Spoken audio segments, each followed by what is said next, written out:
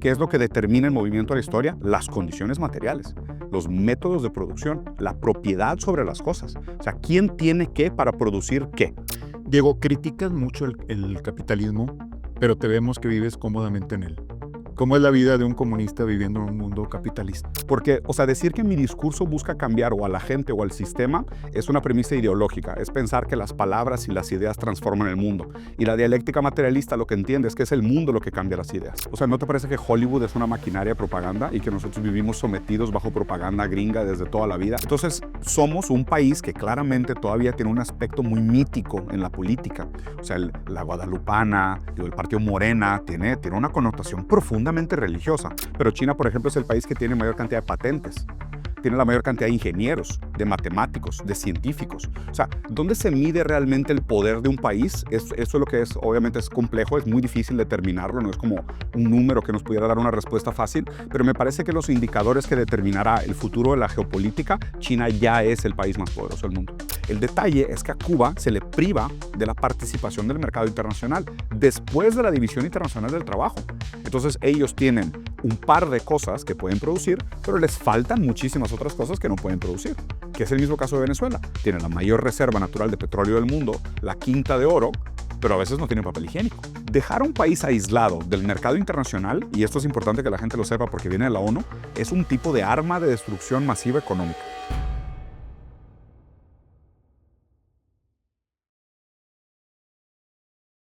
Diego Rusarín, bienvenido a Política. Muchas gracias, José Luis, un placer. ¿Quién es Diego Rusarín? Brasileño, 43 años de edad, papá de 2 hijos, una carrera en diseño industrial, actualmente estudiando la maestría en postestructuralismo y teoría crítica, profesor de materialismo político por el Instituto Beatriz Galindo en España, analista de geopolítica, creador de contenido, gamer, me gusta el anime, los videojuegos, soy muy geek. No, es rara la pregunta sobre el yo, pero yo creo que eso me define. ¿Cuánto tiempo llevas viviendo aquí en México. México? Tengo 2 periodos de vida en México. Primero vine aquí a hacer la final de secundaria, preparatoria y inicio de carrera. Después me fui durante mucho tiempo, hice mi primera especialidad fuera en Italia, trabajé en muchísimos países alrededor del mundo y ahora que regresé llevo cerca de 10 años aquí. Diego Rusarín es comunista, socialista, marxista, izquierdista. ¿Cómo te defines? Izquierdista definitivamente no, marxista comunista sí, mi marco ontológico o más bien mi aproximación. Mis herramientas para entender el comportamiento del mundo es el materialismo histórico, materialismo dialéctico y materialismo político como corriente filosófica.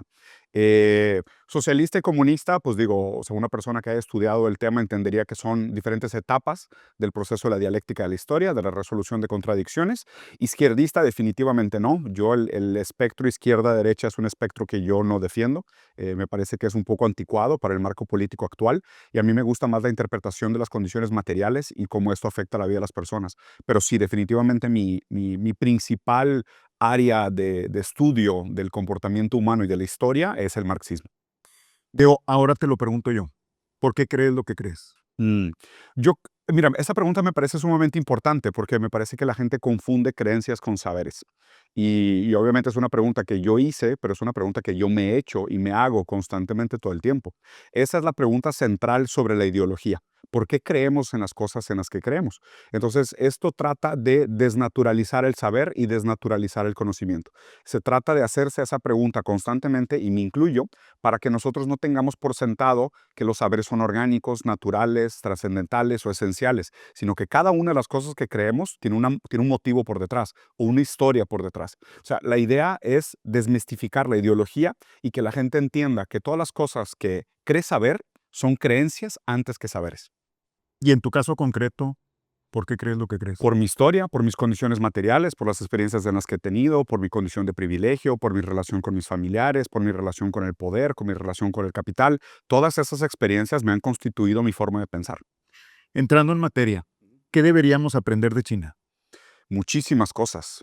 Digo, la verdad es que Es sumamente complicado de resumir. Digo, China es un imperio que tiene 5.000 años, ha pasado por procesos históricos durísimos, o sea, más allá de la revolución cultural de Mao y el salto hacia adelante con Deng Xiaoping y lo que estamos viendo actualmente con el Partido Comunista Chino y Xi Jinping, me parece que es un país, un imperio civilizatorio del cual hay muchísimo que aprender. Y sobre todo en este momento histórico, donde parece que reina un tipo de nihilismo político con que el ánimo de las personas frente a los procesos democráticos occidentales es muy fatalista. O sea, la gente se involucra con la política de una forma muy cínica, como cree pero no cree. Todos los políticos son iguales, todos los partidos son iguales. Entonces, en el fondo, eso revela un fatalismo de no hay alternativa. Cuando realmente China, principalmente lo que tenemos que entender de China hoy, es que China es una alternativa al capitalismo anglo-liberal que ha dominado nuestro continente durante el último siglo. ¿Y qué piensas del envejecimiento acelerado en la política que tuvo mucho tiempo el hijo único? Menos trabajadores jóvenes, más presión económica y social, muchas viviendas vacías, mucha deuda está fuera de los balances oficiales, gobiernos locales dependen de vender tierras para sobrevivir. Y vemos a jóvenes frustrados por altos costos, pocas oportunidades, cultura de trabajo extrema. Claro, cada uno de esos puntos merecería una respuesta puntual, ¿no? O sea, ahí parece que existe como una lista de súper de las cosas que la gente critica sobre China, pero vamos a cada una de ellas. La expectativa de vida antes de que Mao hiciera la revolución cultural era de 33 años de edad. Y después de que Mao asume el poder después de la revolución cultural, la expectativa de vida en China salta a 60 años de edad. Hoy la expectativa de vida en China es de las más altas del mundo, inclusive es más alta que Estados Unidos. La calidad de vida del trabajador también es algo que ha estado mejorando progresivamente de forma continua durante todo el proceso de desarrollo del Partido Comunista Chino, recordando que llevan 100 años en el poder. Sobre el tema de las viviendas vacías, esto es la quiebra de la empresa esta de Green, que Xi Jinping famosamente comentó que el mercado inmobiliario en China no es para especular, es para vivir. Entonces, más allá de decir de que hay casas sobrando en China como si fuera una catástrofe, me parece raro que la gente no mencione más bien que el 90% de la gente tiene casa propia en China. O sea, a mí no me preocupa que existan casas vacías, me preocupa que existan personas en la calle. Entonces, la mayoría de las cosas que la gente critica de China ya son propaganda. O sea, ya vienen embarazadas de conceptos propagandísticos, como que si nos debería de preocupar más la salud del bienestar de la industria inmobiliaria que el hecho de que existiera gente en la calle. Creo que hay indicadores muchísimo más importantes que le dan la razón al proceso histórico del Partido Comunista. Hay mucha gente que piensa que China explota niños en las fábricas y tiene reglas laborales muy injustas. ¿Qué piensas de esto? Me da muchísima risa. Me da muchísima risa porque, pues digo, por ejemplo, en África, que es donde realmente el trabajo infantil esclavo está fuera de control y prácticamente todos los aparatos electrónicos que tenemos dependen de la mano de obra esclava de los niños en Congo y en diferentes países. En China es verdad que todavía existe trabajo que se pudiera considerar como, no esclavo, pero trabajo de alta demanda o de jornadas laborales amplias, pero es algo que activamente se está convirtiendo y se está reduciendo versus el mundo occidental bajo la ideología política liberal que lo perpetúa, más bien que depende de la mano de obra esclava para sobrevivir. Y nuestros países en América del Sur, los países del sur global, excluyendo China, todavía dependen de la mano de obra esclava, todavía para crear plusvalía que después se hace a través del extractivismo internacional. Entonces, no me preocupa, más bien me parece como muy hipócrita y muy paradójico que la gente se fije en esos datos sin voltear a ver contra qué lo comparan, dónde estaban antes de la revolución cultural. O sea, hay que recordar esto. China, en el siglo de la vergüenza, era el cementerio de un imperio. Y hoy es el país más poderoso del mundo. Entonces, esto lo hace el Partido Comunista Chino en un periodo de 100 años. Son periodos históricos largos, pero son transiciones históricas irrefutables. El país más poderoso del mundo. Sin duda. Yo creo que hoy sí, sin duda. O sea, y no lo digo solo por el tema, porque la gente lo mediría en GDP, en poder de ingreso per cápita, poder de consumo, pero China, por ejemplo, es el país que tiene mayor cantidad de patentes, tiene la mayor cantidad de ingenieros, de matemáticos, de científicos. O sea, ¿dónde se mide realmente el poder de un país? Eso es lo que es, obviamente es complejo, es muy difícil determinarlo, no es como un número que nos pudiera dar una respuesta fácil, pero me parece que los indicadores que determinará el futuro de la geopolítica, China ya es el país más poderoso del mundo. China ha estado haciendo mucha propaganda del país a través de redes sociales y noticias. ¿Qué percepción quieren lograr y qué hay detrás de todo eso? Mira, qué raro, ¿no? O sea, de nuevo, me parece una pregunta como embarazada de ideología. O sea, ¿no te parece que Hollywood es una maquinaria de propaganda y que nosotros vivimos sometidos bajo propaganda gringa desde toda la vida? O sea, cuando nosotros pensamos en el presidente de Estados Unidos, estoy seguro que en esa lista viene, claro, Obama, George Bush, Trump, Biden, pero también viene el presidente de 4th of July, viene el presidente de Air Force One, viene Harrison Ford. O sea, nosotros estamos tan metidos en la propaganda gringa que ni siquiera lo entendemos como propaganda gringa. Y en el momento que vemos que cualquier otro país habla sobre su soberanía o sobre su estrategia geopolítica, ellos están haciendo propaganda, ¿no? La verdad es que, digo, a ver, hay que medirlo con la misma vara. O todos los países hacen propaganda o ningún país hace propaganda. Y aquí la verdad es que me parece más bien que China lo que está tratando de hacer es limpiarse la imagen durante décadas de haber sufrido mucha chinofobia. Inclusive lo mismo que pasó con Rusia, o sea, el Red Scare, la doctrina Monroe, o sea, vayan a ver Hollywood, los malos siempre son rusos, chinos o árabes, ¿no? Pero digo, te reto a que encuentres un malo de una película en Hollywood que sea judío, o sea, eso es prácticamente imposible, ¿no? Entonces hay que hacernos una pregunta sobre qué es la propaganda y quién la hace. Diego, te autodenominas comunista. ¿Por qué defiendes tanto el comunismo? Me parece que el comunismo es, y aquí podría citar, por ejemplo, a Albert Einstein, a Nicolás Tesla, obviamente a su manera, respetando el periodo histórico, pero muchos pensadores han llegado a esta conclusión porque el comunismo, más que una cosa o un destino utópico que tiende a ser como la lectura vulgar, inocente de la gente que no entiende el tema, lo pone como, suena muy bien en teoría, pero es utopismo, ¿no? El comunismo es un método. El comunismo es un método de superación dialéctica histórica.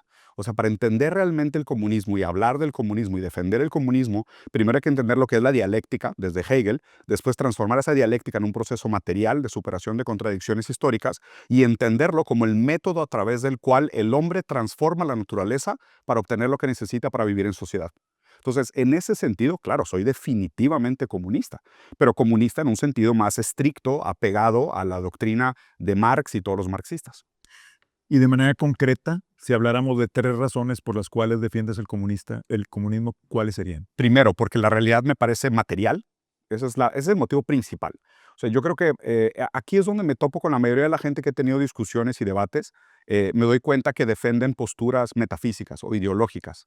El comunismo, primero que nada, defiende una postura materialista sobre la historia. ¿Qué es lo que determina el movimiento de la historia? Las condiciones materiales, los métodos de producción, la propiedad sobre las cosas. O sea, ¿quién tiene qué para producir qué? O sea, eso es la base fundamental del comunismo. Ese es el primer motivo. Segundo motivo del comunismo es que históricamente también me parece que los intentos comunistas, el proceso histórico del desarrollo del socialismo como método intermedio para llegar eventualmente a una sociedad comunista, han sido extremadamente beneficiosos para los países que lo han intentado. O sea, puedo citar el caso de la Unión Soviética, que era un país agrario, rural, y en un periodo muy corto de tiempo bajo la Unión Soviética logró competir en la carrera lunar contra el país más poderoso del mundo, ¿no? Y segundo, pues es el caso de China, ¿no? El caso de China, que es doloroso en muchos sentidos, pero también en un periodo histórico de 100 años, lograron pasar del siglo de la vergüenza de un país que estaba adicto al opio por culpa de la invasión inglesa y había sufrido también la invasión del imperio japonés en Nanjing. En 100 años pasó a ser la potencia dominante del mundo. Entonces me parece que, o sea, Marx no puede ser superado como pensador, este sería el segundo motivo, porque su ontología continúa siendo pertinente. Y muchos otros pensadores históricos se nota que su ontología o su manera de entender el mundo pasa de moda muy rápido o simplemente no es compatible con la realidad. O sea, no dejaremos de hablar de Marx y del comunismo mientras siga teniendo la razón. ¿Y qué me dices de Cuba? Cuba, pues es un caso histórico muy específico. O sea, lo que pasa es que Cuba, si no fuera por el comunismo, hubiera sido el prostíbulo y el casino de Estados Unidos. O sea, la gente tiene que pensar no en cómo debería de estar Cuba idealmente si fuera una democracia liberal funcional, sino qué es lo que se pensaba para la isla de Cuba. O sea, recordando también que Cuba vive uno de los bloqueos más terribles del mundo, es una isla muy pequeña, no tiene capacidad productiva, por el bloqueo y sanciones incapaz de desarrollar sus industrias, depende de los pocos países que les tiren migajas, pero aún así Cuba tiene un alto nivel de educación, un alto nivel de salud, su producto número uno de exportación son los doctores, lo cual nos debería dar orgullo a todos. Entonces, decir que Cuba es una prueba de que el comunismo no funciona, pues es una premisa profundamente ignorante históricamente y descontextualizada, ¿no? O sea, es como cherry picking, escoger los argumentos para justificar una premisa en la cual ya creías. ¿El discurso busca cambiar el sistema o cambiar cómo la gente se siente dentro del sistema? Ninguno de los dos, porque, o sea, decir que mi discurso busca cambiar o a la gente o al sistema es una premisa ideológica, es pensar que las palabras y las ideas transforman el mundo. Y la dialéctica materialista lo que entiende es que es el mundo lo que cambia las ideas. De hecho, esta es la premisa fundamental en la cual Marx le da la contraria a Hegel. Hegel hace la dialéctica desde la idea que transforma la materia. Y Marx dice, no, es la materia la que transforma las ideas. Entonces nosotros, como pensadores, nuestras ideas son producto de condiciones materiales anteriores. Yo no puedo cambiar de opinión a la gente. su condición de vida produce sus ideas. O sea, sus ideas son producto de su relación con la realidad material. O sea, pensar que un ideólogo, un demagogo, pudiera manifestar a través de sus ideas y manipular la opinión de la gente, se me hace muy utópico. En la práctica, realmente lo que cambia el mundo es el hambre, es el dolor, es la necesidad, es la violencia, es el deseo. O sea, las cosas materiales son las que cambian las historias, no las grandes ideas. Al contrario, las ideas suelen llegar tarde. Nosotros tendemos a explicar a posteriori las cosas ya que pasaron. O sea, le damos sentido a las cosas una vez que ya están sucediendo, una vez que se están cristalizando en el mundo las condiciones para el surgimiento de un concepto. Este concepto surge. Pero, y pasa lo mismo, por ejemplo, por eso me es muy difícil platicar con gente que no tenga clara una teoría epistémica, tanto del conocimiento como una teoría del lenguaje. O sea, ¿el lenguaje crea o el lenguaje es producto? Porque si el lenguaje es producto, entonces todos los conceptos son producto de condiciones materiales anteriores. Pero si el lenguaje crea, el lenguaje tiene como esta fuerza mágica de transformar la realidad. Pero pues todas las palabras las aprendimos. Entonces, mi idea es esta. Mi idea es la materialidad es la que cambia las ideas y no al contrario. Diego, criticas mucho el capitalismo, pero te vemos que vives cómodamente en él. ¿Cómo es la vida de un comunista viviendo en un mundo capitalista? Discúlpame, pero qué pregunta tan mal informada. O sea, este tipo de preguntas me Es algo que ya hemos visto. Sí, yo sé, yo sé. Pero es una pregunta muy de meme, o sea, es una pregunta muy de Twitter. O sea, criticar el capitalismo y vivir de él sería como decir que la gente que vivía como esclava durante el imperio egipcio no podía, ¿sabes? No critiques a tus patrones, carga con gusto tu piedra y sigue construyendo la pirámide hasta que te mueras y no disfrutes del sistema que te oprime. ¿Te sientes cómodo monetizando tus contenidos, tener que usar ropa y tenis de marca, viajar a otros países? No existe una fuera, o sea, no hay alternativa. O sea, nadie escogió nacer en este periodo histórico o vivir aquí. O sea, el hablar de un acto de miseria sería más bien hablar como de monjes franciscanos, no tiene nada que ver con el comunismo. ¿Te sentirías más cómodo en un mundo comunista? Es que, ¿qué es un mundo comunista? Explícame tú. Eso es lo raro. O sea, por eso te digo, la mayoría de la gente que hace este tipo de críticas no entiende ni lo que es marxismo ni lo que es capitalismo. Capitalismo es la propiedad privada de los medios de producción. O sea, esa es la definición clásica de capitalismo. De hecho, viene en el capital, tal cual. Y comunismo sería la propiedad colectiva de los medios de producción. O sea, eventualmente, cuando superemos la propiedad privada, que estas contradicciones históricas se han dado y diferentes modos de producción han sido superados, pues estos crean nuevas condiciones de vida. Pero, por ejemplo, es rarísimo porque si eres pobre y comunista en el capitalismo, eres un fracasado resentido. Pero si eres exitoso en el capitalismo, eres un hipócrita. Entonces realmente no existe postura viable para criticar al capital. O sea, yo critico el capitalismo porque es el sistema dominante en el cual vivimos y existen paradojas y contradicciones. De hecho, más bien, eso es una cosa que he dicho muchísimas veces. No me considero anticapitalista, me considero postcapitalista. O sea, el capital trajo muchísimos beneficios para la humanidad, pero no es el fin de la historia. Como todos los modelos históricos, tiene que ser superado. O sea, me parece muy tonto que alguien pueda pensar de que no, es que es el capitalismo, esta es la solución. Esto representa o refleja algún comportamiento intrínseco, natural o esencial del comportamiento humano insuperable. O sea, eso sí me parece una soberbia gigantesca. La única premisa en contra que estoy proponiendo es, oye, el capitalismo tiene problemas y esos problemas eventualmente se van a ir solucionando. Y digo, si no es que estamos viviendo en un momento donde es evidente todas las contradicciones del capital, pues es más que suficiente evidencia del hecho. ¿Qué opinas del México actual con Claudia Sheinbaum? Del México actual con Claudia Sheinbaum. Tengo muchas críticas y tengo algunas cosas que sí me gustan. Yo creo que México a grandes rasgos sigue siendo un país neoliberal por su operación. O sea, aunque el Morena se tienda a pintar como un partido antineoliberal y que hable de un humanismo mexicano y todos los valores de la 4T que surgen con Enrique Dussel, que me parece un pensador bastante responsable, su operación, su praxis continúa siendo mayormente neoliberal. ¿A qué me refiero? Que somos un país definitivamente sometido a los intereses extranjeros. Nuestra cercanía con Estados Unidos y nuestra balanza comercial nos impiden realmente tener una soberanía, porque todas las cosas que queremos decidir o todas las cosas que queremos hacer están colgadas de potencias internacionales y de dependencias económicas internacionales. Entonces eso nos deja un rango muy pequeño de maniobra, por decirlo así. Eso es la parte crítica. La parte que sí me agrada, me parece que Morena, dentro de lo cabible, obviamente con muchas áreas de oportunidad, sí ha hecho cosas por la causa trabajadora. El incremento del salario mínimo, sacar gente de la pobreza, la construcción de los programas sociales, aunque no me parecen la panacea.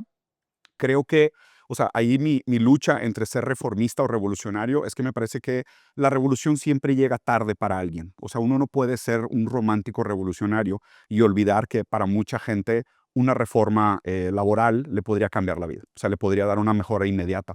Entonces uno tiene que trabajar de manera realista y pragmática en un punto medio entre reformismo y revolución. Pero lo que me falta en Morena es que no los veo realmente con un proyecto soberano revolucionario, sino que los veo muy cómodos en el reformismo y todavía muy sometidos a fuerzas internacionales. En una sola palabra, ¿vamos hacia adelante o vamos hacia atrás? Hacia adelante. Sí, esto sí, sin duda. ¿En qué cosas vamos hacia adelante?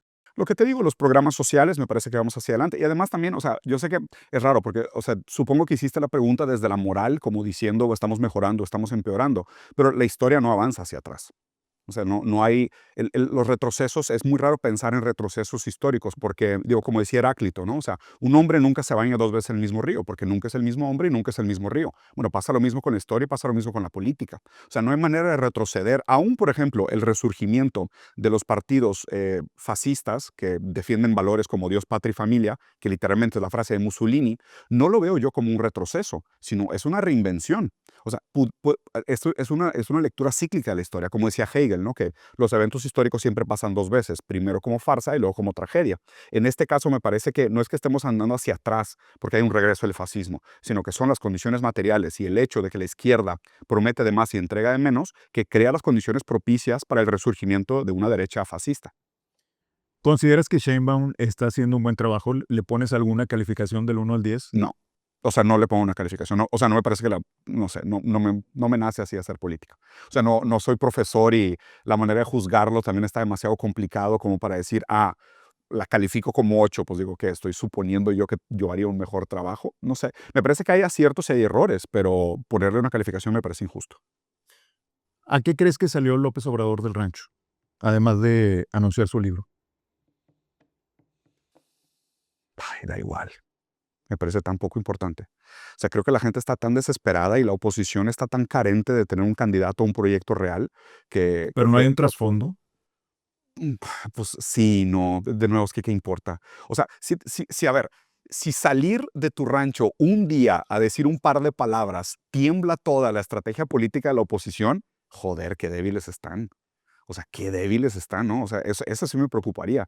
Digo, si hay algo por detrás, pues claro, está defendiendo su proyecto de partido.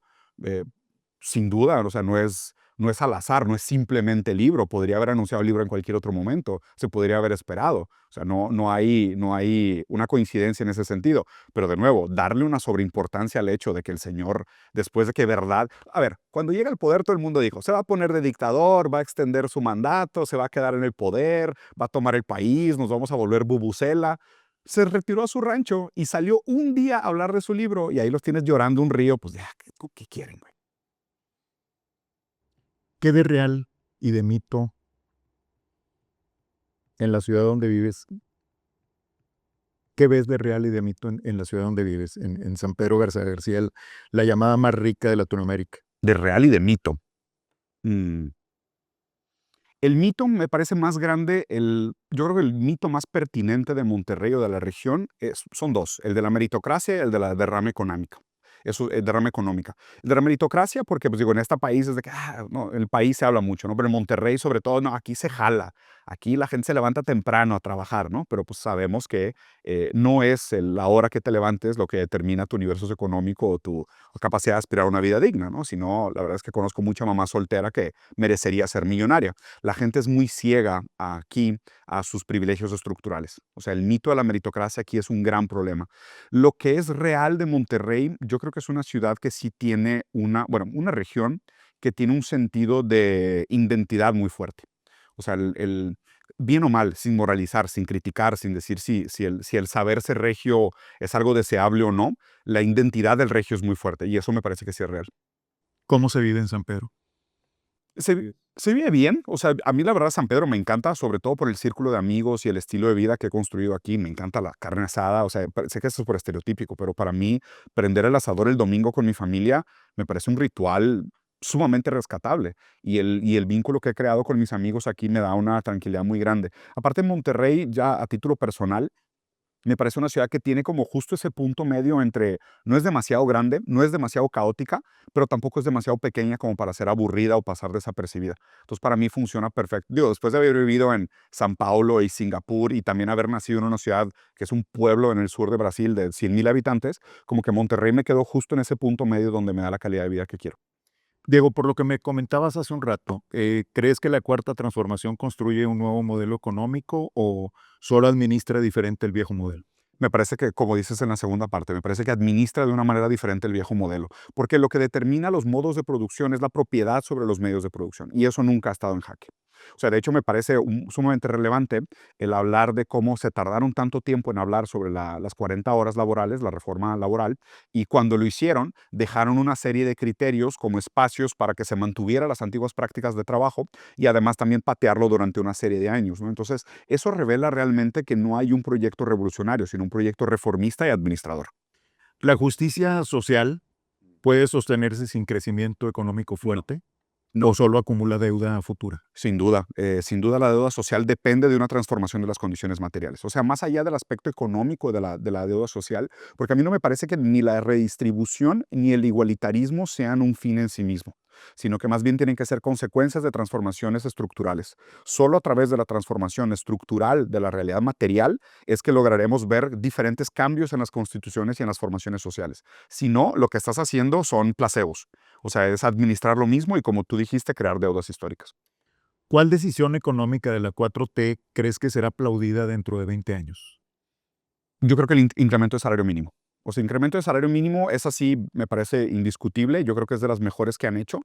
¿Por qué? Porque incrementa el poder adquisitivo a la base de la pirámide, mejora los mecanismos de reciclaje de valor agregado, aumenta la circulación, también le da a la gente otra perspectiva de dignidad y de vida, de participación social. A fin de cuentas, también les da acceso a otras oportunidades de vida que no tenían antes. Definitivamente el incremento de salario mínimo. ¿Y cuál crees que será la más criticada?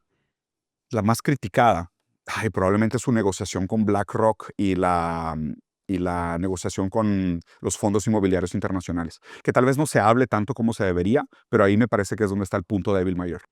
¿La 4T rompió el neoliberalismo o solo cambió el discurso? Solo cambió el discurso. Aquí sí lo siento mucho, digo, tanto puedo criticar la izquierda como la derecha, aunque ni siquiera me guste el espectro, pero sí me parece que no rompieron con el neoliberalismo. ¿Por qué? O sea, hay mucha gente que batalla con este término neoliberalismo. Aunque es verdad que no es un término ampliamente documentado, la idea de neoliberalismo sí está mencionada en varios libros y hay varios autores que lo han usado directamente. Se hablaba, por ejemplo, de la distinción entre Keynes y Hayek, de la diferencia entre neoliberalismo y novoliberalismo, sobre la necesidad de cuál era el rol del Estado frente al mercado. Y a final de cuentas, la definición que a mí mejor me funciona en neoliberalismo es la instrumentalización del Estado para la perpetuación de los fines del capital. Entonces, en ese sentido, justo lo que decía, lo más criticable de Morena o de la 4T es no haber cortado el vínculo con BlackRock, Vanguard, State Street y los grandes bancos, siguen siendo instrumentalizados para los fines del capital. Entonces, en ese sentido, me parece que siguen operando como un modelo neoliberal. ¿El modelo de la 4T empodera a los ciudadanos o los vuelve dependientes del Estado? Me parece que ninguno de los dos, porque realmente no cambió esa relación. O sea, lo que cambia la relación de un ciudadano frente a su política o a su rol con la política es la relación de propiedad. Entonces, a medida que tú tengas propiedad sobre tus cosas, pero propiedad real, no este rentismo neoliberal que está profundamente de moda.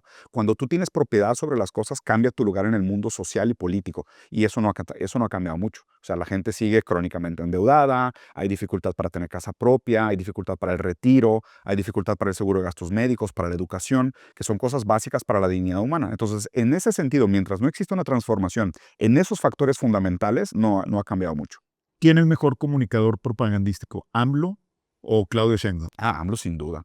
Me parece que AMLO sin duda. A ver, que me gustan los modos de la presidenta Claudia porque me parece que ha sido en contra de la tendencia internacional poco celebritista. Y tal vez en ese sentido AMLO era más figura pública, por lo tanto tal vez la gente lo perciba o yo lo perciba como un mejor comunicador, pero también me gusta que la presidenta Claudia Sheinbaum tenga una postura como más acatada, más seria, más reservada. O sea, a ver, es raro porque esto pasa mucho en la política y lo he visto en muchísimos países. Cuando un sucesor viene después de un presidente que fue muy famoso, emula inclusive su forma de hablar. O sea, habla con el mismo tono, usa los mismos modismos, las mismas pausas, y esto lo noto en Claudia, pero también se vuelve casi como una escuela política indirecta. De participar del partido es emular al emperador, ¿no? Al Kaiser. Entonces se nota mucho del modo de discurso de AMLO en Claudia, pero Claudia, a diferencia de Andrés Manuel, me parece una persona más reservada. O sea, que se cuida más, habla menos cuando no es necesario, y AMLO sí era un hombre del pueblo. O sea, había rodado el país, había estado en las calles. Entonces me parece que era mejor en ese sentido de empatizar y conectar con la gente directamente, pero tal vez pecaba de acercarse demasiado al populismo. Y Claudia me parece que es como una evolución de ese mismo discurso, pero con una prudencia mayor. ¿Será que AMLO sigue gobernando? No creo. O sea, es que lo que pasa es de que decir que el presidente gobierna también me parece medio fantasía en cualquier país del mundo. O sea, lo que gobierna a final de cuentas son los intereses, son las asimetrías de poder. Y en modelos neoliberales lo que gobierna son los intereses del capital. O sea, la gente tiene que tener siempre esto en mente. Las campañas cuestan dinero. Todos los políticos llegan al poder con deuda, tanto moral como económica. O sea, llegan con una deuda moral por la parte democrática y con una deuda económica por quien les haya patrocinado la campaña. Y aunque en nuestro país no esté legalizado el lobby, existe. O sea, las empresas están constantemente ejerciendo presión en la política. Entonces, decir que un presidente, aún Andrés Manuel, con la victoria que haya tenido, o Claudia, con la diferencia aplastante que tuvo con las últimas elecciones, ellos gobiernan el país solo, me parece una exageración. O sea, realmente lo que acaba determinando el futuro del país y la realidad de las personas son, hoy en día, los intereses del capital. ¿Con qué pensadores, intelectuales o críticos auténticos se quedó México, ahora después de la llegada de la 4T? Uy, está muy difícil la pregunta, porque habría que pensar exactamente a qué te refieres con pensadores auténticos intelectuales. Híjole, no sé. Sinceramente no sé qué responderte. Me parece muy complicada la pregunta. Porque, digo, la pregunta que está de fondo ahí es si existe tal cosa como un pensador orgánico. No, sinceramente no lo sé. ¿Hay gobernadores que aporten a un mejor país? ¿O ves que están en el año de Hidalgo nada más? Yo creo que todavía están en el año de algo nada más. O sea, no los veo como figuras de cambio. O sea, los veo como gestores, administradores, gente que llega al poder sumamente endeudada. O sea, sobre todo las campañas de gobernaturas reflejan mucho cuáles son los poderes que determinan el funcionamiento del Estado, y ellos operan para quien sea que les haya pagado la campaña. Y esto es indistinto del partido, ¿eh? ¿Cuál es la ruta que seguirá el presidente Trump con el TEMEC? Esa es buena.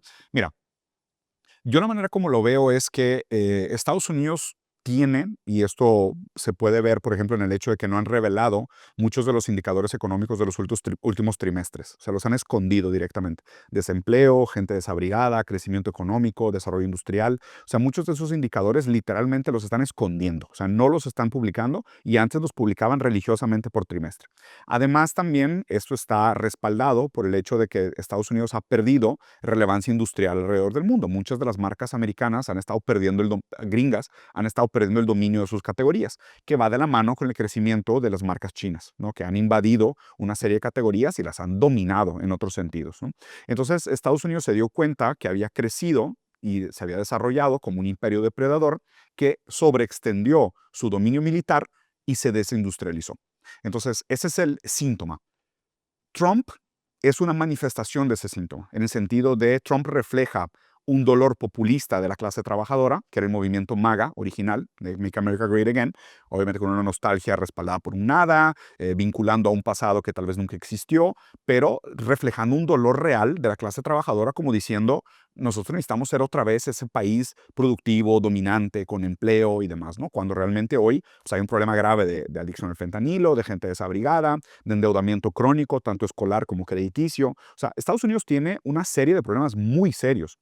Entonces a Trump le toca administrar ese momento histórico. O sea, administrar la decadencia del imperio. O sea, un imperio en decadencia. Un imperio en decadencia que además se puso muy bélico porque sabe que está perdiendo el dominio hegemónico, está a punto de perderlo, y depende de la demanda del dólar internacional.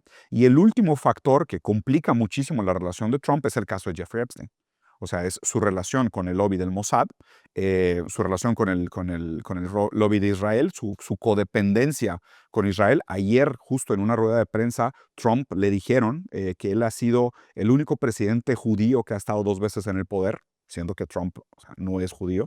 Entonces, hay algo sumamente preocupante ahí. Entonces, pensar simplemente en Trump como figura política me parece que es equivocadamente perder de vista todos los otros factores que son más determinantes para la geopolítica americana que nos acaban afectando a nosotros en México. ¿Cuáles serían el peor y mejor escenario para México con el TEMEC? Mira, desarrollar soberanía implica tener alternativas, porque un país que no tiene alternativas, pues no decide sobre su propio futuro. Entonces, como nosotros tenemos una dependencia muy grande con Estados Unidos, además le apostamos mucho al tema de nearshoring, cuando realmente resultó que el crecimiento económico viene de los data centers y AI y la especulación financiera, quedamos en una posición muy frágil, muy frágil. Y además también la postura de Trump en sentido de TEMEC fue muy clara. Trump le dio a los países de América del Sur dos alternativas. O eliges China o eliges Estados Unidos. Si eliges Estados Unidos, me abres las barreras económicas, me dejas continuar con mi proceso imperial depredatorio colonial, y si escoges China, te voy a poner aranceles y además te voy a inventar terrorismo para justificar invasión e intervención.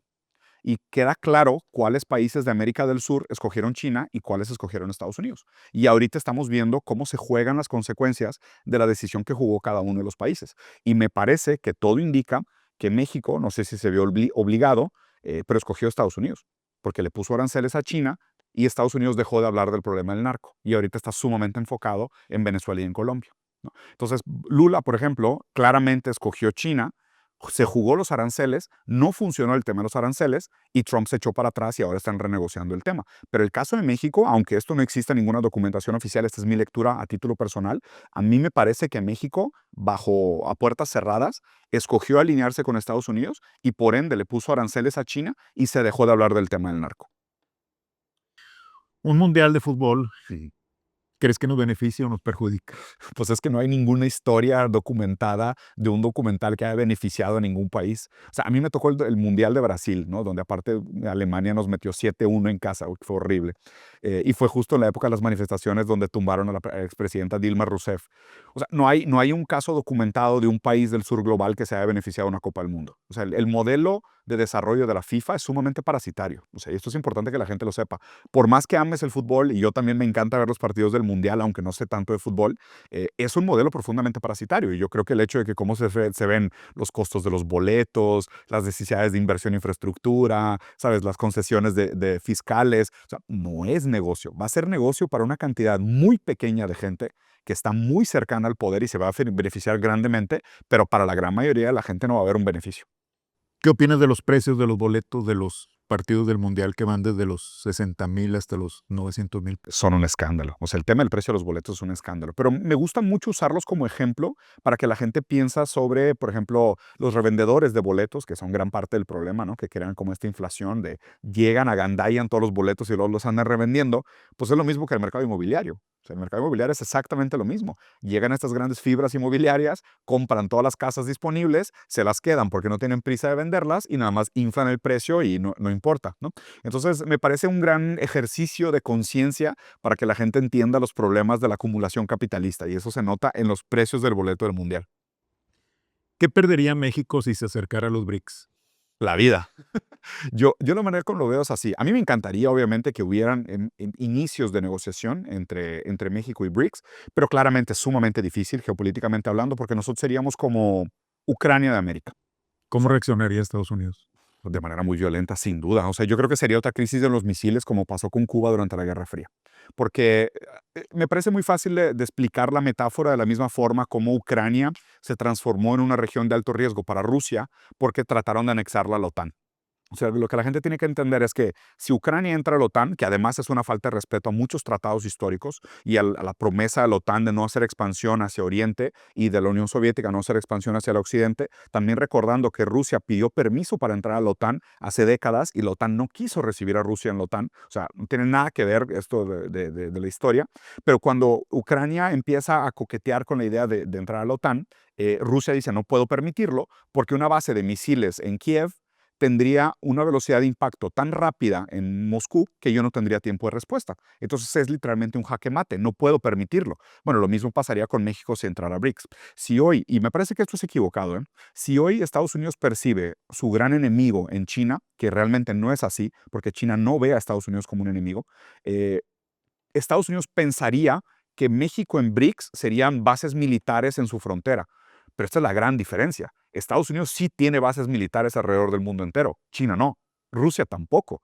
O sea, ellos están juzgando a los otros con su propia vara, con su propio comportamiento, pero el resto del mundo no se comporta como el imperio depredador americano. Hay otros tipos de comportamiento económico y comportamiento geopolítico. México no crece por un tema económico, político o cultural. Mm, México no crece porque nuestro lugar en el mundo es el de colonia. O sea, nosotros somos todavía un país colonizado. Colonizado culturalmente, o sea, nuestra ideología es un espejo de la ideología gringa. Nosotros pensamos como nos dice Hollywood, consumimos y hablamos de política desde la metafísica liberal. Nuestro modelo democrático es el modelo democrático anglosajón. O sea, nosotros somos un país profundamente colonizado, culturalmente hablando. Económicamente hablando, ni siquiera se nos permite el desarrollo porque nuestro modelo político sigue siendo un modelo político extractivista, o sea, que depende de la mano de obra barata y de materias primas baratas que prostituye el hoy por un préstamo mañana. Entonces, eso también es por diseño políticamente hablando. Y económicamente no crecemos porque no tenemos soberanía, no hay un proyecto de desarrollo de economía compleja industrial y no tenemos alternativas. ¿Qué es lo que decía? O sea, es como que un país sin soberanía puede aspirar a muy poco, porque somos un país completamente dominado y tenemos que siempre obedecer las órdenes del patrón. ¿Por qué China ha crecido tanto en los últimos 40 años y México no? Uy, es que muy compleja la respuesta, pero tres puntos muy concretos que me gustan dar como ejemplo, ¿no? Que la verdad merece un análisis muy profundo. Es algo a lo cual he dedicado los últimos por lo menos 4 o 5 años de estudio a entender el nuevo modelo económico chino. Pero tres cosas que me gustaría ver de China que pudiéramos replicar en México, inclusive algunas que estamos intentando. Primero, zonas económicas especiales, ¿no? Deng Xiaoping, cuando llega al poder, hace una serie de revoluciones, una serie de transformaciones, y hay muchas frases muy claras que explican la ideología de Deng Xiaoping y por qué realmente la apertura económica no implica una separación del proceso comunista, sino una modernización y adaptación, superación de contradicciones en el lenguaje marxista tradicional. Deng Xiaoping, por ejemplo, crea las primeras zonas económicas especiales. La primera de ellas en la ciudad de Suzhou, junto con Singapur, que fue una de las más importantes para el desarrollo de China. Las zonas económicas especiales lo que hacen es que crean un lugar en donde puede haber un control sobre la injerencia del capital y también un lugar donde el mercado pueda ser dominado e instrumentalizado para cumplir los objetivos del país. Entonces es diferente tú dejar que, oye, yo me voy a apropiar de una mina, de un río, de un pozo de agua, no sé, de una gran zona agrícola, versus decir, yo voy a poner una empresa de trenes que va a estar en esta zona económica especial. Y además también las zonas económicas especiales funcionan cuando tienen políticas públicas que obligan a la transferencia de capital intelectual, la capacitación de la mano de obra, a la repartición del equity, que esto es algo muy importante. Yo tuve empresas en Singapur y Singapur, por más que a la gente le encanta decir que es un país muy liberal, eh, tiene muchas políticas económicas y públicas que se acercan más al comunismo que al liberalismo clásico. Como por ejemplo, tú en Singapur, y esto me tocó en primera persona, tú no puedes poner una empresa en Singapur sin tener un socio local. O sea, te obligan a compartir el equity de la empresa y dependiendo del tipo de empresa, si es una categoría estratégica, hasta en un 51%. Eso también pasa en las zonas económicas especiales de China. ¿Esto para qué? Para evitar la injerencia del capital extranjero sobre el país. Entonces, lo primero que tenemos que aprender de China, que justifica o explica su éxito, son las económicas especiales. Segundo, hay un mecanismo que se llama SASAC, S-A-S-A-C. El SASAC es como el mecanismo supervisor de las empresas públicas y empresas híbridas del Partido Comunista Chino. Entonces el SASAC funciona realmente de una forma muy meritocrática y tecnocrática. La gente que pertenece a ese comité son las personas que tienen doctorados en tecnología, en innovación, en ingeniería, en medicina, puro genio. O sea, para llegar ahí tienes que ser neta, uno en un millón. Bueno, un billón en caso de China, ¿no? Y estando en el SASAC hay una administración de todos los assets del Estado, pero no hay injerencia del tipo empresa pública latinoamericana. que acaba siendo una tortura burocrática, ineficiente, no puede ni siquiera competir contra las mejores empresas privadas. En China, las empresas públicas suelen ser más eficientes que las empresas privadas. ¿Por qué? Porque no tienen que darle ganancia al capitalista. Entonces, como no tienen que darle ganancia al capitalista, tienen más margen para mejorar realmente su operación e innovación. Entonces, nosotros necesitamos mecanismos como el del SASAC, con tecnología pública como la del SASAC, para asegurar complejidad industrial, productividad de las empresas públicas y rentabilidad de las empresas públicas. Entonces, ese segundo mecanismo es clave para la historia de China.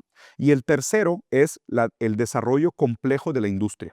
China, en 1998, cuando inaugura el metro de Beijing, hay algo muy especial sobre esa inauguración. Todas las piezas y los repuestos del metro son fabricados en China. Es muy diferente a cuando nosotros instalamos un tren, pero todas las piezas vienen de otro lugar. Y si se echa a perder, dependemos de un proveedor en Alemania o en Japón o en Bélgica. No, cuando China hace su tren, hace su metro, el metro entero, los ingenieros y las refacciones son todas fabricadas por empresas locales. Entonces, la complejidad de la industria es realmente comprobado lo que nos lleva a la innovación. Porque muchas veces, y esto es rarísimo, porque la lógica de la competencia no te lleva ahí. Solo bajo la administración del Partido Comunista, el Partido Comunista puede literalmente agarrar el CEO de una empresa y moverlo a otra empresa. Porque pasa muchas veces que en los consejos de las empresas chinas hay miembros del Partido Comunista. Y el Partido Comunista dice, oye, están compitiendo entre, no sé, Cemex y otra empresa de cementos. Cambian a los CEOs. O sea, el Partido Comunista hace eso. Y dice, tú comparte tecnología con él porque nosotros lo que necesitamos como país es que sean más eficientes, no que tiendan al monopolio natural, que es lo que pasaría en el capitalismo. Entonces, el tercero que me parece fundamental es complejidad industrial y la o más bien la instrumentalización del mercado para los fines del Estado, que esta es la frase clave de Deng Xiaoping. Deng Xiaoping decía, el mercado es un pésimo amo, pero es un excelente esclavo. Esto es lo que todavía determina el comportamiento marxista del proceso de abertura económica de China. En el debate político ha aparecido recientemente la identidad religiosa, particularmente el judaísmo, asociada a ciertas figuras y partidos. ¿Esta lectura tiene algún peso real en la política mexicana? Qué interesante. Yo creo que, mira, o sea, los discursos religiosos sí tienen un efecto en el discurso político porque apelan a lo mítico. O sea, apelan al aspecto de lo mítico. Que aquí yo digo, yo no soy liberal bajo ningún sentido de la palabra, yo no creo en esta idea del hombre racional. O sea, a mí me parece que el ser humano no es un ser racional en el sentido ilustrado, ¿no? Como se hablaba durante la etapa de la ilustración. O sea, porque la razón ignora en muchos sentidos el aspecto del inconsciente y la relación de cómo construyes tus creeres, tus saberes y tus rituales. Entonces, somos un país que claramente todavía tiene un aspecto muy mítico en la política. O sea, la guadalupana, digo, el partido Morena, tiene una connotación profundamente religiosa. Entonces, claro que el voto y la política en México todavía están muy cercanos al aspecto de la política. Ahora, en la entrada del judaísmo como argumento me parece inclusive preocupante. Porque, digo, nada contra definitivamente, pero es una religión relativamente pequeña en México. Pero sabemos que tiene un lobby muy poderoso económicamente hablando. Y además está también alineado con una serie de cosas que han estado sucediendo en otros países. Entonces, cualquier candidato o partido que ahora de repente de la nada parezca alinearse a los valores del judaísmo como bandera política, me parecería sumamente preocupante. Porque no es, me disculpan, pero no es una necesidad inmediata de la población mexicana. O sea, ahorita no le resuelves el problema del hambre, de la falta de calles pavimentadas, de agua potable, de educación, hablando de los valores del judaísmo, que pudieran ser muy bonitos o te gusten o no te gusten, pero no resuelven los problemas materiales de la gente. La Virgen de Guadalupe es central en la cultura mexicana. Si el Papa León XIV recuerda que la Virgen María no salva, sino solo Jesucristo, ¿qué nos revela esto sobre la percepción que tenemos de los símbolos con poder social y político? Muy buenos. Mira, está muy buena la pregunta. El aspecto, o sea, el aspecto de lo mítico en la política habla más bien del goce del fracaso. Es casi como si tuviéramos esta novela romántica donde hay un cierto placer en sufrir, ¿no? En la vida de dificultades, el camino de las empedrado, las espinas, el sangrar por nuestras metas. Hay un goce medio perverso en mantenernos en estos ciclos y en estos discursos que están en lo mítico de la religión, ¿no? Pero es que, de nuevo, esto se llaman las religiones milenarias, son las religiones que tienen un fin para la historia. O sea, las que te prometen una panacea. Pero es muy raro porque es verdad que tanto la Virgen de Guadalupe como mucho de lo que el entendimiento mexicano de la religión católica está más vinculado al goce del dolor y no a la resolución de los problemas. Y obviamente, pues esto si lo aplicamos como metáfora política, pues pudiera ser preocupante porque nos haría reflexionar sobre Morena. O sea, ¿Morena qué es entonces? ¿Una extensión de este goce fracasado o realmente una propuesta de solución? Y esto por el tema de la ultraderecha, de la derecha que viene. La guadalupana. Exacto. Ya. Mira, Eduardo Verástegui como figura me parece despreciable. Yo lo he dicho abiertamente muchas veces. Cualquier persona que reivindique la frase de Mussolini para su campaña política debería ser un señal de alerta inmediata. O sea, la frase Dios, patria y familia era la frase de Mussolini por excelencia. La usó también Jair Mesías Bolsonaro en Brasil y la ha usado Milei y la ha usado los lobbies como Atlas Liberty Foundation, que sabemos que son lobbies libertarios que están fondeados desde Estados Unidos para hacer injerencia en América del Sur. Pero la frase Dios, patria y familia hay que recordar que es de Mussolini. Entonces cualquier persona, por más que se pinte de guadalupano, que trate de rescatar una frase de Mussolini, que murió colgado de cabeza por fascista, nos debería preocupar bastante. Entonces no me parece ni siquiera conciliable con la imagen de la Virgen de Guadalupe, para empezar. ¿Crees que el peso de estas identidades es más una cuestión de percepción social y narrativa mediática o realmente influye ahora en las decisiones políticas? No, yo creo que es más mediático. O sea, me parece mediático, pero es que, a ver, aquí el análisis sería como el de Baudrillard, ¿no? O sea, Baudrillard hablaba de la, de la simulación y el simulacro. Lo que hace la simulación y el simulacro, lo que hace este discurso político, todo este postureo, el estetizar la política, es esconder las condiciones materiales por detrás. Y aquí lo que tenemos que hacer es lo que decía Walter Benjamin. No es estetizar la política, es politizar la estética. O sea, hay que hacer el trabajo contrario. O sea, si algo veo que puedo aportar es en esa parte, o sea, en el sentido crítico de tratar de desestructurar las narrativas para ver qué es lo que se esconde por detrás. Entonces, aquí lo importante es decir, oye, sí, sí, sí, muy bonita la Virgen de Guadalupe, sí, sí, sí, muy bonito tus valores judeocristianos, pero ¿quién va a ser dueño de qué? O sea, hablemos de quién va a ser dueño de qué. Porque a mí, la verdad, la Virgen de Guadalupe es muy bonita y le rezo siempre, pero nunca le quitó el cáncer a mi hijo y nunca pavimentó mis calles ni nunca me quitó el hambre. O sea, rezar es una cosa que opera en un orden de lo mítico, pero no me resuelve los problemas materiales. A mí lo que me preocupa es que realmente la política, y sobre todo en el populismo latinoamericano, que es muy fuerte, esconde las condiciones materiales. O sea, no le da visibilidad a los temas importantes. Muchos discursos como el discurso de género, los discursos de igualdad inclusive, que pudieran verse causas como morales deseables, más bien lo que hacen es esconder la política material. O sea, nos pierden el foco sobre las cosas que realmente importan para la gente en el día a día. La figura de la Virgen de Guadalupe es la figura más poderosa en México. Interesante. No sé, no sé. No soy mexicano, prefiero no contestar. ¿Qué te parece el nombre de Morena? Me encanta. O sea, a ver, me encanta, se me hace brillante. No que me guste en lo personal, pero me parece brillante. O sea, como estrategia política me parece brillante el nombre de Morena. Porque es algo muy íntimo, reivindica también el rol de la mujer en la sociedad, o sea, apela a todos los aspectos patriarcales aspiracionales, no sé, me parece una genialidad de nombre Morena y hablar también de, o sea, la reivindicación del lugar de la Virgen de Guadalupe también me parece como, mira, fuimos colonizados, pero no nos pudieron lograr quitar la identidad precolonial y más bien tropicalizamos aquella cultura que nos impusieron e inclusive la religión que la trajeron de Europa la hicimos nuestra y es más fuerte la Virgen de Guadalupe que la figura de Jesucristo. O sea, me parece una genialidad. De verdad es que, o sea, ahí sí hay un trabajo muy bien logrado.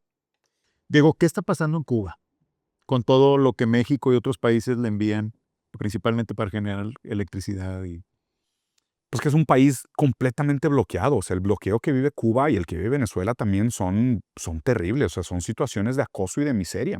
Lo que pasa es que después de que se hace la División Internacional del Trabajo, o sea, con el proceso de industrialización, los países se desarrollan con especialidades. Y a través del intercambio, la carencia de un país, a través del intercambio, se subyace con el exceso del otro. ¿Ok? Y aquí también es muy importante que la gente entienda. La categoría mercado no es una categoría del capital. O sea, la categoría mercado es una categoría histórica que existe desde antes del capitalismo y probablemente va a continuar existiendo después del capitalismo. De hecho, por eso me molesta tanto las preguntas sobre, ¿vives del capitalismo que criticas? Es de que, digo, ¿qué es capitalismo? ¿Es dinero? No, no es dinero. ¿Es comprar y vender cosas? No, no es comprar y vender cosas. O sea, si existía mercado de esclavos, existía mercado de esclavos. Y el esclavismo, que es de la época feudal, es antes del capitalismo. Entonces, hay mercado antes del capital. Y seguramente continuarán existiendo mercados después del capital. El capitalismo habla específicamente de la propiedad privada de los medios de producción, no del intercambio de cosas. El detalle es que a Cuba se le priva de la participación del mercado internacional después de la División Internacional del Trabajo. Entonces, ellos tienen un par de cosas que pueden producir, pero les faltan muchísimas otras cosas que no pueden producir, que es el mismo caso de Venezuela. Tiene la mayor reserva natural de petróleo del mundo, la quinta de oro, pero a veces no tienen papel higiénico, porque necesitan comprarlo de otros países. Entonces, dejar a un país aislado del mercado internacional, y esto es importante que la gente lo sepa porque viene de la ONU, es un tipo de arma de destrucción masiva económica. O sea, en los últimos 30 años, las sanciones económicas han costado cerca de 27 millones de vidas. 27 millones de vidas se han perdido por las sanciones económicas. Porque faltan medicinas, porque falta comida, porque faltan servicios de urgencia, porque faltan acceso a cosas básicas y a productos básicos para reparar lo necesario, electricidad para respiradores y demás. Entonces, decir que la condición de Cuba tiene cualquier cosa que ver con su modelo político, pero no tiene que ver con las peores sanciones económicas de una isla, es un delirio total. O sea, el país más sancionado del mundo hoy es Rusia, tiene 19,000 sanciones económicas, y el segundo es Venezuela, que tiene cerca de 900. El tercero es Cuba, pero Cuba es una fracción del tamaño de Venezuela y el tamaño de Rusia. Entonces, ahorcar una isla de ese tamaño, por supuesto que es condenarlos a la miseria. Entonces, ¿qué es lo que está pasando en Cuba? Está considerado como terrorista. Hazme el favor. O sea, la justificación para condenar a Cuba y al pueblo cubano es decir que son parte del terrorismo. O sea, el terrorismo prácticamente lo hace la CIA y el Mossad. O sea, ¿qué terrorista cubano conocen? Los cubanos exportan doctores. O sea, cuando se vota en la ONU por este tema, 99% de los países del mundo votan en contra. Prácticamente solo Estados Unidos quiere mantener ese sigilo. Y recordando también que en Cuba está Guantánamo, que es una prisión que rompe todos los estatutos de derechos humanos y derecho internacional. Pero eso como que nos parece normal, ¿no? Y vestir gente de pinitos de Navidad y ponerles alambres de púas con lucecitas nos parece perfectamente aceptable, pero el problema que es el Partido Comunista Cubano, o sea, es un ridículo. O sea, es un framing de tema de conversación que me parece asqueroso. Ahora que el péndulo político está marcando a la derecha y ultraderecha, ¿cómo se ve México a la distancia? Mira, interesantísima pregunta. Mi lectura es esta.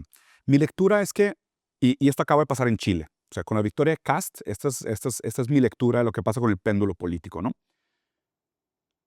Por eso no me gusta la distinción entre izquierda y derecha. Porque ahorita como entendemos izquierda-derecha es que pareciera que la izquierda es más humanistas, causas sociales, y la derecha es más individualismo y libre mercado, y conservadurismo, si quisiéramos verlo así, ¿no? Aunque también es raro meterlo en el espectro de conservador y liberal, porque los dos realmente son liberales en lo económico, solo que uno es liberal en lo moral y el otro es liberal, es conservador en lo moral. Pero lo que acaba de pasar en Chile, la derrota de Boric y de Yara, que supuestamente era una candidata comunista, que no es cierto, no tenía nada de comunista, su derrota y el regreso de Kast, que es hijo de una persona que fue fundador del partido nazi en Chile. Los dos son fans de Pinochet, uno de los peores dictadores que ha tenido América en la historia. Ganan, además con una victoria de 2 millones de votos de diferencia, que en Chile es bastante. Marca una cosa que se podría explicar a nivel general así. Una izquierda que promete de más y entrega de menos, produce el regreso de la derecha. Este es el problema. La izquierda que llega al poder, promete de más y entrega de menos, produce el regreso de la derecha. Y esto pasó en Brasil, pasó en Estados Unidos, pasó en Chile, pasó en Argentina, ¿no? Pero el problema aquí es la izquierda. Es la izquierda que promete de más y hace de menos. Cuando la izquierda llega con todos los discursos de igualdad y justicia social y vamos a mejorar la vida de todos, llegan al poder a ser administradores del capital, y su primera reunión es con el CEO de BlackRock, pues definitivamente no van a cambiar las condiciones materiales de las personas. Entonces, ¿qué va a pasar? Se van a enojar con esta izquierda que promete de más y entrega de menos, y en la siguiente elección va a haber voto castigo. Y van a decir, oye, pues muy padre todos tus discursos progres sobre igualdad y derechos y moral, pero no me cambiaste las condiciones materiales. Entonces, pues voy a probar con el otro, porque el otro me está diciendo que es la libertad del trabajo lo que me va a hacer crecer. Y la verdad es que yo necesito dinero. Yo necesito pagar mis cuentas. Yo necesito salir adelante. Yo quiero dejar a mis hijos bien. O sea, tenemos la primera generación que tiene prácticamente cero posibilidades de retirarse con ahorros. Y eso completamente es resultado del capital y de la acumulación, porque los ricos sí se están volviendo más ricos. Lo que fue falso fue la promesa de la derrama económica. Entonces, claramente el diagnóstico estaba equivocado y la lectura económica también. Entonces, el péndulo se mueve de esa manera porque es un falso péndulo. O sea, esa cosa que llamas péndulo es para mí disidencia controlada. O sea, esa disidencia controlada mantiene a la gente lo suficientemente distraída, votando entre una falsa izquierda y falsa derecha, disculpa, verdadera izquierda y verdadera derecha, que no cambia nada. Simplemente son dos colores de los administradores del capital. El verdadero antagonismo histórico-político es capitalismo contra comunismo. Y no lo hemos superado porque la historia no ha acabado. ¿Qué relación tiene este péndulo político con una generación Z más tradicionalista y que el woke de la generación millennial se está reubicando a otros lugares? Mira, no sé si estoy completamente de acuerdo con la categorización estereotípica de la generación Z y los millennials, de que sean o no más conservadores, más progres. Es que de nuevo, o sea, mi lectura de la historia, por ejemplo, mi lectura de la constitución de la subjetividad es que la subjetividad es producto de una historia.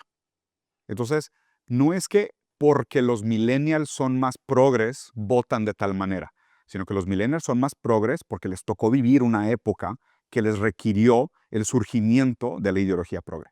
Pero no es que ellos sean intrínsecamente progres, ¿no? Son resultado de un proceso histórico. Entonces, a mí lo que me interesa, Pero tiene que ver este péndulo político, esto que está pasando con la derecha, la ultraderecha. yo no creo. Sinceramente, no lo pongo así. Ahí te va. Porque el discurso progre siempre fue el discurso del capital.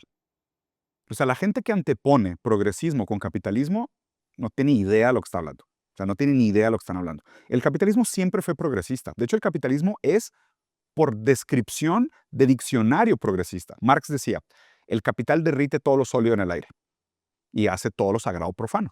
O sea, el capitalismo, como tiene una lógica de autorreproducción, el capitalismo va a quitar todas las barreras que se anteponen a su crecimiento. El capitalismo es progresista por naturaleza. De hecho, el capitalismo no puede ser conservador. No puede ser conservador. Entonces es muy raro ver ahorita cómo hay partidos políticos o facciones políticas que están perdidas entre progresismo y conservadurismo, entre soberanismo y globalismo y entre comunismo y capitalismo. Cuando realmente la única oposición que es importante en esta lectura es comunismo contra capitalismo, porque las otras son descripciones intrínsecas al modelo político y al modelo productivo. Diego, ante el mundo que padece bajas tasas de fecundidad, ¿será que las facilidades y prestaciones laborales, sociales y hasta económicas para producir más bebés unan a todos los países? ¿Veremos más tradwives?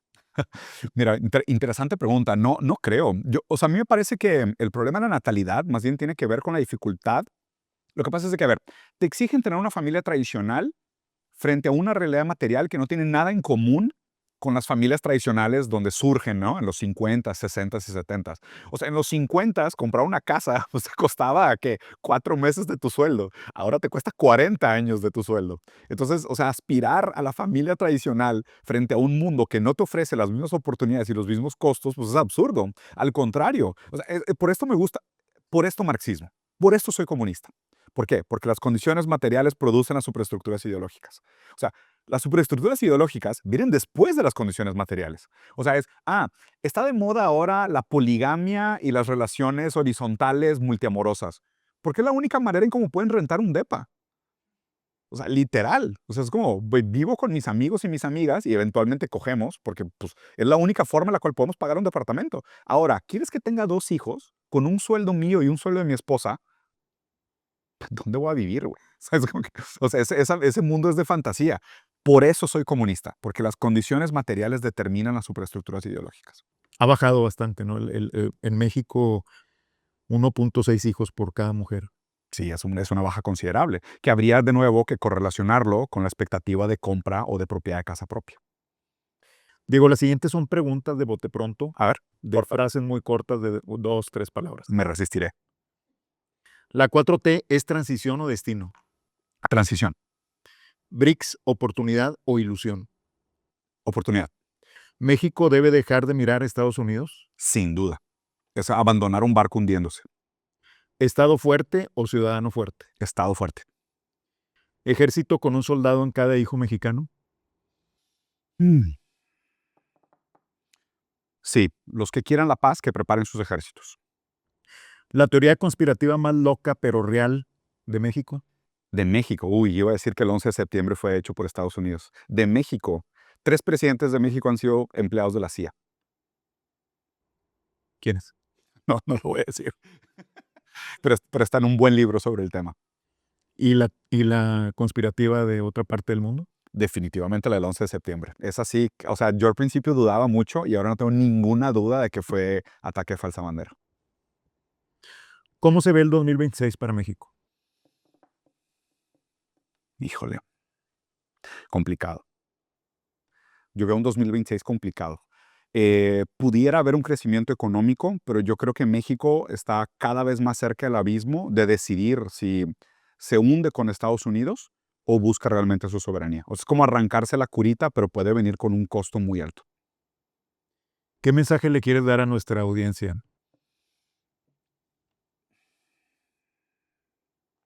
Me gustaría que la gente se tomara la política como algo más que novela y que tratara la política realmente como un tema que tiene que ver con la manera en cómo nos organizamos como sociedad, que hay muchísima información muy pertinente sobre el tema, que la mayoría de los libros que nos explican el funcionamiento de la política están gratuitos en Internet en PDF. Y si realmente les interesa que, más allá de dedicarle tiempo a la opinión informal de opinólogos, que trataran también de informarse de manera didáctica.